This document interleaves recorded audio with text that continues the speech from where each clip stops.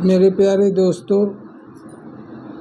मैं आपको आज जो मेरे ऊपर मुसीबत पड़ी है, मैं सिंगल जो है रोकने वाला आदमी, लेकिन इधर 4 लोगों का निकलना, 4 लोगों की रास्ता पड़ती है। उनको कोई दिक्कत नहीं हुई है। मतलब पहले पड़ता है विजय चेयरमैन और उदित महाराज, पंकज गुप्ता तो बेचारा बहुत सीधा साधा है, वो तो बेचारे किसी से कोई मतलब ही नहीं रखता है। लेकिन मैं क्या करूं, मेरा सहन जा रहा था इसलिए मैंने रोका, लेकिन मेरी नहीं चली। मैं कहाँ कहाँ नहीं गया, सब जगह गया, लेकिन मेरा कोई काम नहीं हुआ। अगर ये लोग चाहते तो ये घर मतलब कायदे से बन जाता। इनका भी सहन था, इनकी भी रास्ता थी, लेकिन इन्होंने कोई इतराज़ नहीं किया। केवल मैं एक ऐसा इंसान हूँ जो इतराज़ किया है, और इतराज़ी का मुझे परिणाम मिल रहा है। कुल मिला के देखिए, वो किसी प्रकार से भी, अरे थोड़ा बहुत सहयोग करना चाहिए कि ना करना चाहिए। विजय को करना चाहिए। विजय चाहता था कि इसकी रोड कट जाए, भले उसके पास तो तमाम जगह है। और ये महाराज जी हैं उदित जी, तो उदित जी ने भी नहीं सहयोग किया, यानी किसी ने मेरा सहयोग नहीं किया, और मैं अकेले भिड़ गया। तो ये मान के चलो भिड़ क्या गया। कुल मिला के मैंने 1076 में कॉल कर दी, और जब 1076 में कॉल कर दी तो वहाँ पर कोई सुनवाई नहीं हुई। अब बताओ, मेरे पास पैसा ऐसा है नहीं, अब मैं कहाँ जाऊँ कहाँ न जाऊँ। मैं कहीं नहीं गया हूँ। मैंने इधर से जो है तो डीएम साहब को फ़ोन कर दिया है, और नगर पंचायत में मैंने एप्लीकेशन दे दिया था। नगर पंचायत तो शुरू में मैंने बता दिया था कि भैया जाके देख लेना। मैंने एप्लीकेशन भी नहीं दिया, वो तो बात के जब ऊपर से फ़ोन आया उनका क्या कहते हैं जिलाध्यक्ष जी का, कि आप राम प्रकाश जी एक एप्लीकेशन दे दीजिए वहाँ क्या कहते हैं चेयरमैन को, और एक जो है तो थाने में। तो मैं दोनों जगह एप्लीकेशन दे आया। भरोसा हो गया कि चलिए काम हो जाएगा, लेकिन कहीं काम नहीं हुआ, कोई काम नहीं बना। अब किससे क्या कहें। कोई कहता है इधर चले जाओ, कोई कहता है इधर चले जाओ, कोई कहता है इधर चले जाओ, कोई कहता है इधर चले जाओ।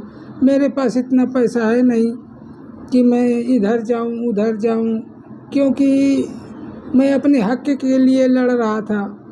और ये सरकारी रोड है, तो सरकारी रोड में सभी का जो है हक बनता है। केवल मेरा ही हक नहीं बनता था, सभी का हक बनता था। अगर ये लोग चाहते तो कहीं कुछ ना होता। अरे थोड़ी थोड़ी मदद कर देते, न्याय हो जाता। बताइए, अब हमको जो है तो ठीक है, हमें तो तकलीफ है ही है।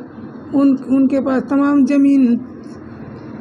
ज़मीनें हैं, उन्हें कोई तकलीफ़ नहीं है। हम तो ठीक है, गरीब आदमी है, जैसे अपना झेल रहे हैं वैसा झेलेंगे।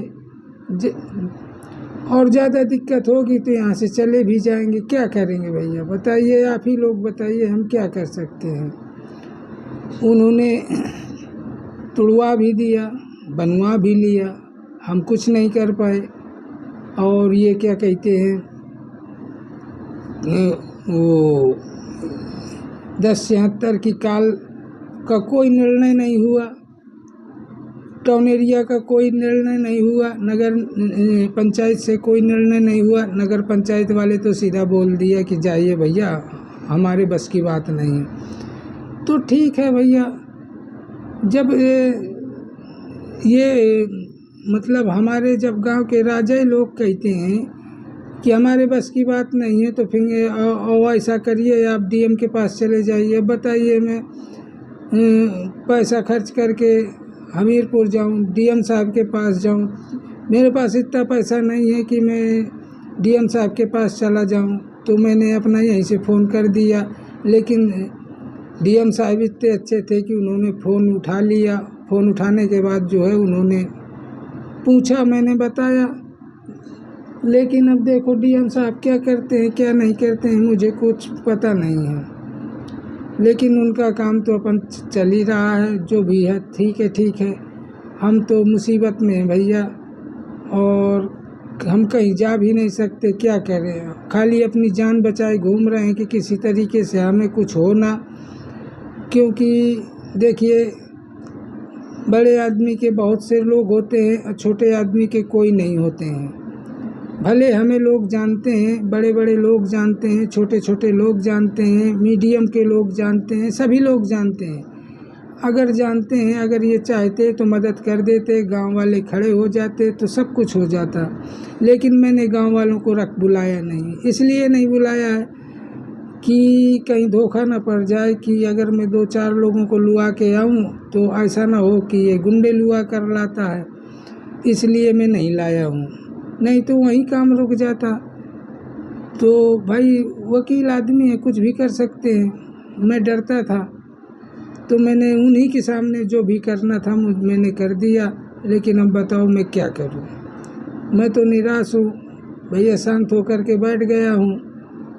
अब खाली मैं ये सोच रहा हूँ कि हे प्रभु मेरे ऊपर कोई आँच ना आए, क्योंकि मुझे जो है संकट हो ही रही है। और आप जानते हैं एक जो है तो अगर किसी जमींदार आदमी से अगर ज़्यादा आप बहस करेंगे तो जमींदार कुछ भी कर सकते हैं। तो मैंने अगली वीडियो में बता दिया है कि भैया मेरी कुल मिला के मुझे कुछ भी हो सकता है, तो आप लोग मदद करें। बस मेरा यही कहना है कि मैं अब मतलब इतना मतलब वो क्या कहते हैं अंदर से टूट गया हूँ कि मैं आप लोगों को कुछ बता भी नहीं सकता हूँ।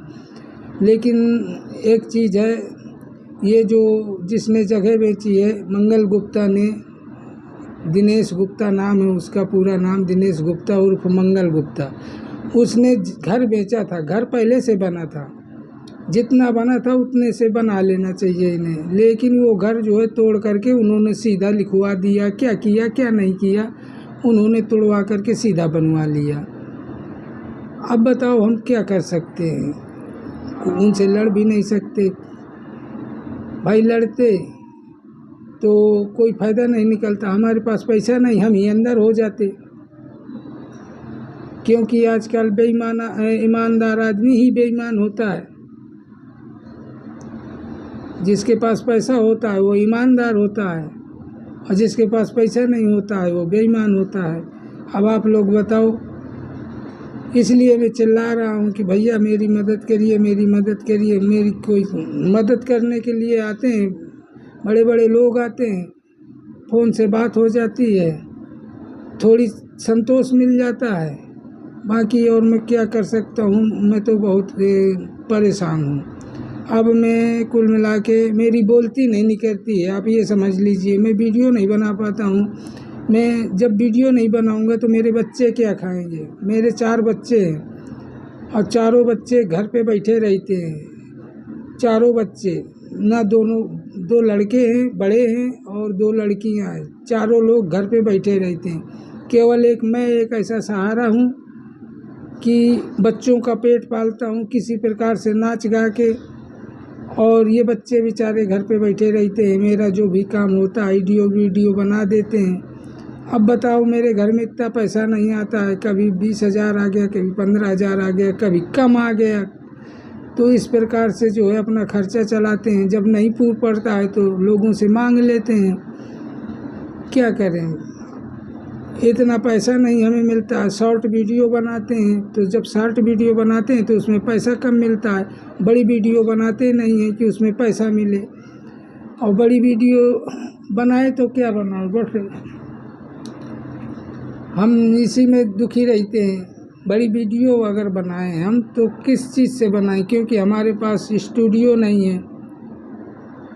मतलब कुल मिला के उसमें 2-4 लाख का खर्चा है। 2-4 लाख ना हो तो ये मान के चलिए 2.5-3 लाख रुपए तो हो तभी तो स्टूडियो बनेगा, तभी हमारी जो है तो वीडियो चलेंगी। और जब अच्छी वीडियो बनेंगी तो अच्छी अर्निंग होगी। जब अच्छी अर्निंग होगी तो मैंने कई लोगों से कहा भी है कि भैया मेरा साथ दे दो, जो भी अर्निंग हो अपना जो है लेते रहने महीने में, और साथ में मेरे बने रहो, आप फेमस भी हो जाओगे।